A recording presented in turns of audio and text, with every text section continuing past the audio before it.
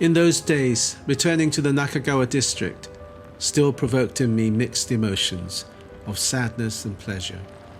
It is a hilly area, and climbing again those steep, narrow streets between the clusters of houses never failed to fill me with a deep sense of loss.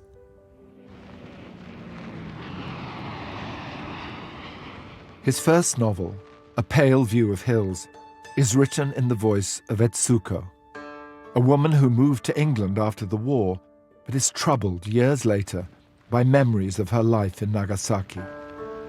The ghost of the atom bomb hangs over the book, but is rarely mentioned directly. Across the harbour, on the opposite bank, rose a series of hills that led into Nagasaki. The land at the foot of the hills was busy with houses and buildings. Far over to our right, the harbour opened out onto the sea. We sat there for a while, recovering our breath and enjoying the breeze. Then I said, "You wouldn't think anything had ever happened here, would you? Everything looks so full of life. But all that area down there," I waved my hand at the view below us, "all that area was so badly hit when the bomb fell. But look at it now." Sachiko nodded, then turned to me with a smile. "How cheerful you are today, Etsuko," she said. "But it's so good to come out here. Today I've decided I'm going to be optimistic. I'm determined to have a happy future." I did hear about the atomic bomb all the time, Genshi Bakudan, Genshi Bakudan. But it'll be, I'll just hear it on adults' lips as a kind of almost like a marker in time. They'll be making an effort not to confront me with the horrors. I'd grown up with this very important place called Japan in my head, and it was a very important place emotionally for me. And there were a lot of things to feed it all the time. My parents' stories, particularly my mother's stories about Japan. My first starting point was an anecdote that my mother had related from her own experience of the time just before the atomic bomb fell in Nagasaki. It was almost like a disturbing supernatural premonition she'd had of the bomb falling. And that had always haunted me, that story.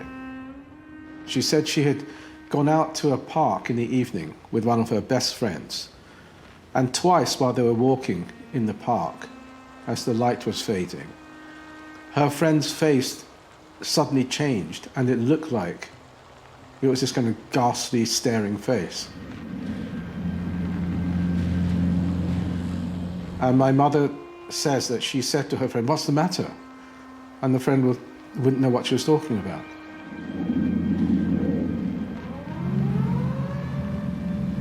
And about 2 days after that, that friend died, when the atomic bomb fell. And my mother always wondered about this strange experience.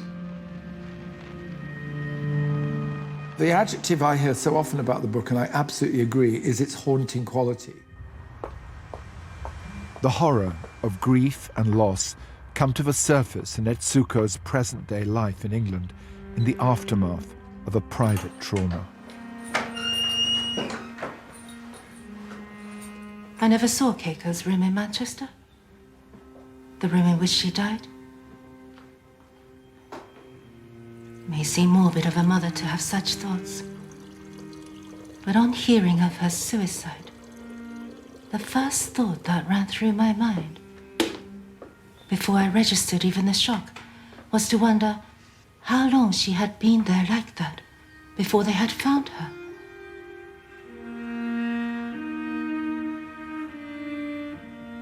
She had lived amidst her own family without being seen for days on end. Little hope she would be discovered quickly in a strange city where no one knew her.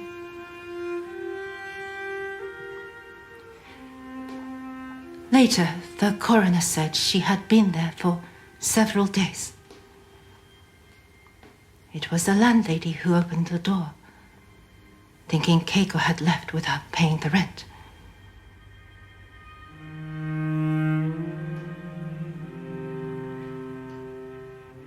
I have found myself continually bringing to mind that picture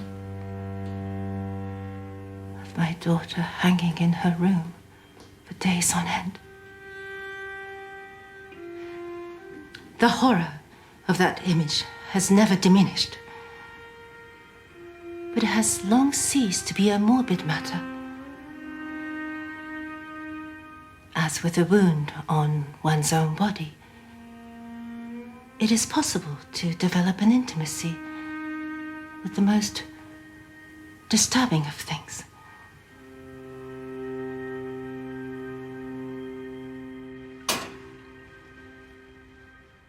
If you're reading A Pale View of Hills and you know something about post-war Japan and the people who survived the war in Japan, you understand it as a historical piece. If you're not familiar with that past, you also understand it as a historical piece. He has a remarkable way of using the white space, by which I mean a lot of writers feel they have to say everything all at once on the page. They're maximalists, and he's not. He's very smart, and I don't know how he does this, about relying upon the reader to understand what's happening off the page, off camera, as it were, and being able to experience history in a way that doesn't have to be spelled out, but is rather suggested.